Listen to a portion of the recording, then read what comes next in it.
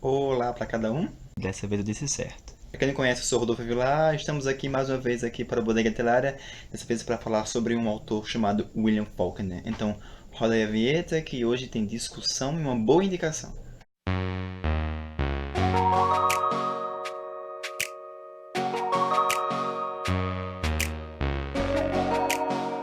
William Faulkner era aquele tipo de escritor em que os críticos chegavam para ele e diziam o seguinte: Olha, Faulkner, a gente leu o seu texto, sei lá, uma, duas, três vezes e não conseguimos entender nada.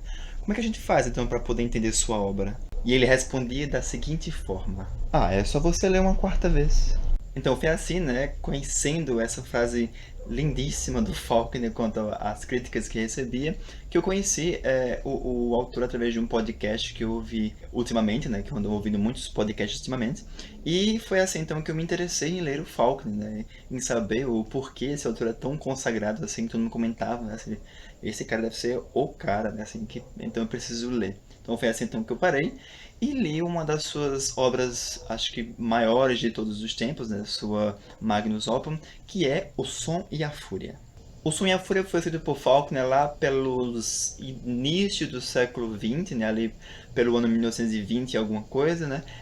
Não foi uma obra, digamos, premeditada, né? O Faulkner não estava sob pressão para poder escrever essa obra, então acho que por isso para ele, né, segundo o que ele próprio disse, foi uma das obras que mais foram dolorosas de ser escritas, né? O Faulkner estava sofrendo, digamos, um pouco ali pelo comércio de livros da sua publicação, então por isso não estava recebendo muita pressão dos editores, né? Ele disse o seguinte, que ele dizia que a próxima obra dele seria uma obra assim mais consciente, mais tranquila, em que não haveria pressão, uma pressão exercida em cima dele para poder escrever. Então acho que foi por isso então que O Sonhar Fúria é considerado uma de suas melhores obras e acho que é a que mais possui fluxo de pensamentos. Mas então, Faulkner nasceu lá no Mississippi, então por isso mesmo, né, também por ser lá, lá no finalzinho do século XIX, que ele todas as suas obras são baseadas no fim da escravatura, né? Ali na questão da segregação, ali das famílias aristocráticas que viviam naquela região, né? Enfim, aquilo que rolava lá pelos Estados Unidos. Então, O Som e a Fúria nada mais é que a história da família Compson, que é essa história dessa família aristocrata, né, que está vivendo ali os fins da escravatura, então que por isso mesmo ainda sofre, quer dizer, não sofre, né, ela aplica as questões da segregação. A família Compson é formada basicamente por pai, mãe, três filhos, ou são quatro? Alguns empregados ali negros que vivem pela região, né? Então, o Falcon vai tratar basicamente nessa história o fim dessa família, né? A sua degradação, tanto financeira, quanto social, quanto sentimental, quanto moral, enfim, de todas as maneiras possíveis, o quanto essa família vai decair. Só que o mais interessante aqui do Falcon nessa história, basicamente, é porque ele vai narrar toda essa história através de quatro pontos diferentes de narração. E assim, quem pega Falcone para ler pela primeira vez, né, recebe o impacto que o autor quis proporcionar no leitor que vai lê-lo pela primeira vez. Então eu digo o seguinte: assim como eu quis ler essa história sem receber nenhuma indicação, nenhum spoiler, nenhuma revelação, eu só soube disso, do básico, para poder pegar essa obra e conseguir ler. Então eu peço que vocês façam o mesmo, só sabendo esse básico, né? Vocês peguem o livro, saibam que são quatro pontos narrativos e que esses pontos narrativos vão formar meio que um quebra-cabeça ali para poder formar a história em si. Então, é um livro denso, complexo, que requer atenção e dedicação. Então, pegue o livro sabendo disso, né? Ouvido isso, vão lá. Mas, se você já leu o livro, mesmo assim, que você não leu, você queira saber do que se trata a história, porque eu vou falar para você sobre esses quatro pontos narrativos, então vão por consciência própria, porque nós vamos agora discutir um pouquinho sobre esses pontos narrativos, né, e a forma como o Faulkner construiu essa história. Aviso dado, vamos então prosseguir a nossa discussão. Por o Faulkner ser aquele tipo de autor que não estava nem aí, estava pouco se lixando para as críticas, né, e não estava nem ligando ali para as fórmulas literárias em que os autores principais escreviam seus livros, né, ele quis realmente fazer um livro que o pessoal quebrasse a cabeça de verdade para ler, né? Ele estava foda-se ali para as questões literárias e as questões de regras e fórmulas literárias. Então, por isso mesmo que em Um Sonho e a Fúria, o Faulkner vai ali quebrar constantemente o tempo e várias formas, e de vários personagens, de vários fluxos de pensamento. Apesar do livro ser dividido em 4 capítulos, né, cada capítulo lá com a data inicial, isso não significa nada. Constantemente, em todos os capítulos, nós vamos ver que os personagens vão quebrar em fragmentos o tempo, né, ali os anos em que essa família ali vai viver, né, e contar a história em si. Eu minto em dizer que eu peguei para ler essa história só sabendo apenas que o livro era dividido por isso e a história em si. O que mais me chamou a atenção foi saber que o primeiro desses capítulos do Sonho e a Fúria eram narrados por um personagem que tinha deficiência mental. Então, sim, esse primeiro capítulo do Sonho e Fúria vai ser narrado por um personagem chamado Benjamin, que é o filho, o mais novo, o mais velho dessa família, né? Que ele é um deficiente mental com mais de 30 anos. Ele é realmente tido como uma criança, só que ele não entende o que é que está acontecendo ao seu redor, não consegue entender as relações, as coisas que acontecem, né? E é meio tido como um estorvo ali para a família, como um peso morto, assim, né? Que ele é muito negligenciado, muito ignorado e muito tudo que você possa imaginar. Então, por ser narrado por deficiente mental, então nós não vamos saber narrativamente o que acontece tintim por tintim com os personagens ali ao redor dessa família. Nós vamos saber basicamente o quê? As coisas que o personagem sentem, que ele ouve, que ele, sei lá, sente pelo cheiro, pelo som, pelas sensações, pelo toque, pelos nomes, né? Enfim. Então, basicamente, essa primeira parte vai ser bem sensorial e bem fragmentada, né?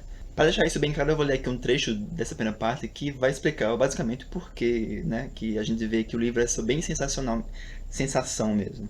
O pai foi até a porta e olhou para nós outra vez. Então o escuro voltou, e o pai ficou preto na porta, e então a porta ficou preta de novo. Caddy me pegou e ouvia todos nós, e o escuro, e sentia o cheiro de alguma coisa. E então vi as janelas, onde as aves estavam zumbindo. Então o escuro começou a virar umas formas lisas e brilhantes, como sempre acontece, mesmo quando Caddy diz que eu estava dormindo.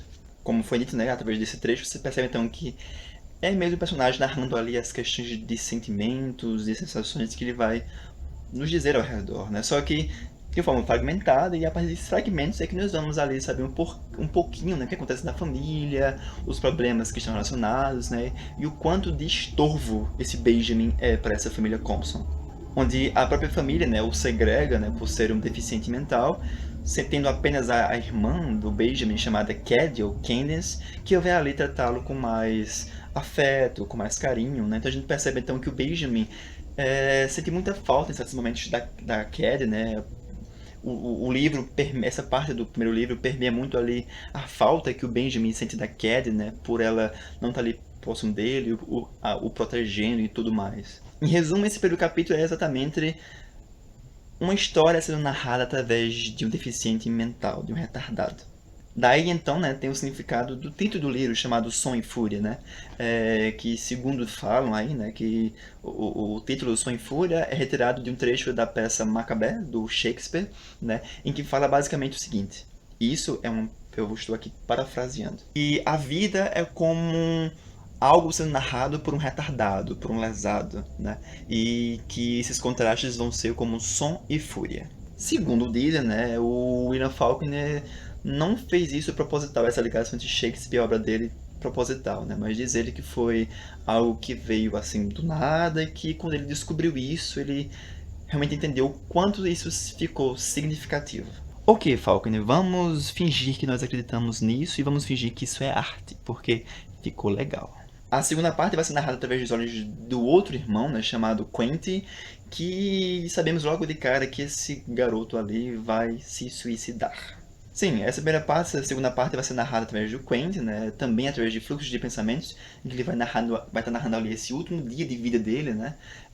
E que ele realmente decide se matar ali naquele dia. Então, numa bela manhã, ele acorda, né? Esse trecho tem uma bela simbologia, né? Em que ele pega o relógio do avô, que ele ganha do avô, e o quebra, né? Como para simbolizar ali que o tempo não significa nada.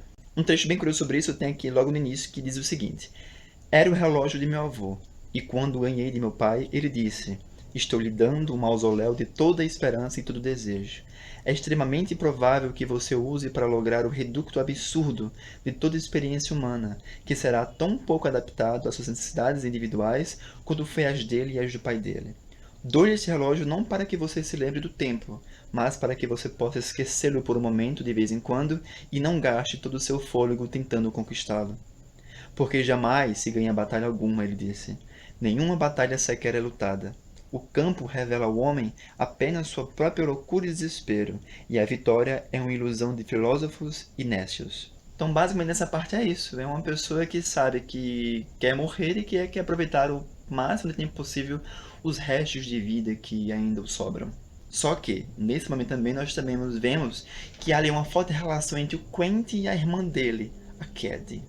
Então, sim, esse vai ser aquele livro também que existe uma personagem feminina muito forte que vai ali permear durante todo o romance. A terceira parte é a parte que me deu mais raiva, porque eu li um personagem que é extremamente idiota.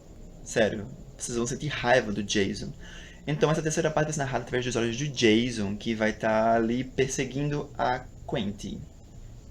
E eu quero que vocês leiam o livro todo para vocês entenderem o porquê disso. Mas enfim, esse irmão, o Jason, a gente percebe que ele pelas consequências, né, assim, pelas escolhas dos outros irmãos dele, né, ele meio que fica ali, meio que frustrado com a vida, né, por ter que viver a vida que não escolheu, né, e vendo ali que os irmãos estão meio que se dando bem de certa forma, enquanto que ele está na mesma, ficando na mesma cidade, tendo que aturar a família, o irmão que é deficiente, a mãe que ele acha um idiota, então ele vai estar ali azarando a vida de todo mundo nessa família, fazendo o cão e o diabo ali para fazer com que esse pessoal não seja feliz de forma alguma.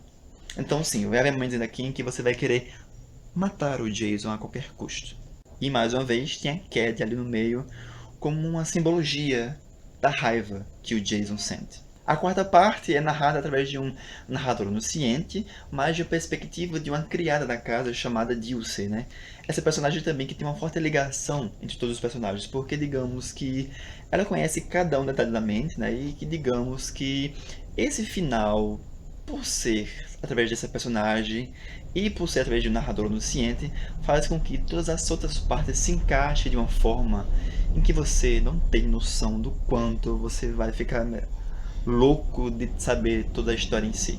Então é aí nessa parte então que nós vamos fechar esse quebra-cabeça que é o Som e a Fúria. Ah, outra coisa curiosa, eu quero também que vocês vejam a capa da edição original, da primeira edição original, que vocês vão perceber que aquela capa com aquele desenho já explica muita coisa sobre o jogo de sombras que rola ali por dentro desse livro, né? Sobre as coisas boas, as coisas ruins, o lado bom das pessoas, os lados ruins, a deterioração, o sonho e a fúria. Então, o que eu digo é o seguinte, que William Faulkner, sim, é um autor que todo mundo precisa ler, porque o cara é sensacional, sim, com certeza.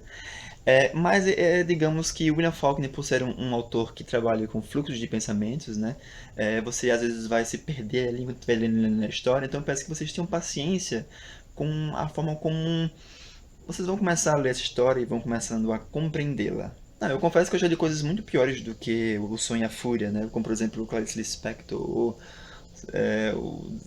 A Graça Infinita. Então, sim, O Sonho e a Fúria é um livro que precisa de dedicação, de paciência. É um livro que você não pode largar assim, né? Que você tem que lê-lo a partir de doses. Então, eu recomendo que vocês não leiam lendo outras coisas assim ao mesmo tempo, que leiam somente ele para poder compreender. Façam anotações, façam grifos, porque é uma história que você vai pegando ali os quebra-cabeças e vai tentando juntar, né, no final. Porque eu digo logo de antecedência que o William Faulkner não é aquele tipo de autor que ele dá o final logo de cara, né? Que não dá um final fechadinho, A mais B é igual a C. Não, é um final que você vai gastar muita coisa na sua vida, né? Você vai começar a ver as pessoas de outra forma. É um livro, uma obra que vai adicionar muita coisa à sua vida. Então tá aí, né? Mais uma indicação aqui para a Bodega Literária de um livro incrível que é O Sonho e Fúria. E sim, eu pretendo ler outras coisas do Faulkner que estão ali na minha lista, né? Se você gostou e continuou comigo até aqui, eu peço que você dê joinha, porque essa resenha deu trabalho. Não se esqueça também de se inscrever no canal para receber os próximos vídeos. O blog, redes sociais, tá tudo aqui embaixo, né? Também peço que vocês, se quiserem saber mais detalhes sobre o livro, né, construção construção narrativa, outras coisas mais curiosas, vou deixar aqui embaixo um vídeo bem curioso, né, bem mais completo do que esse, do Henrique, né, que fez uma análise bem mais completa. Tá aqui embaixo no meu link para vocês visitarem. Então é isso. Beijo para cada um e tchauzinho. Até a próxima.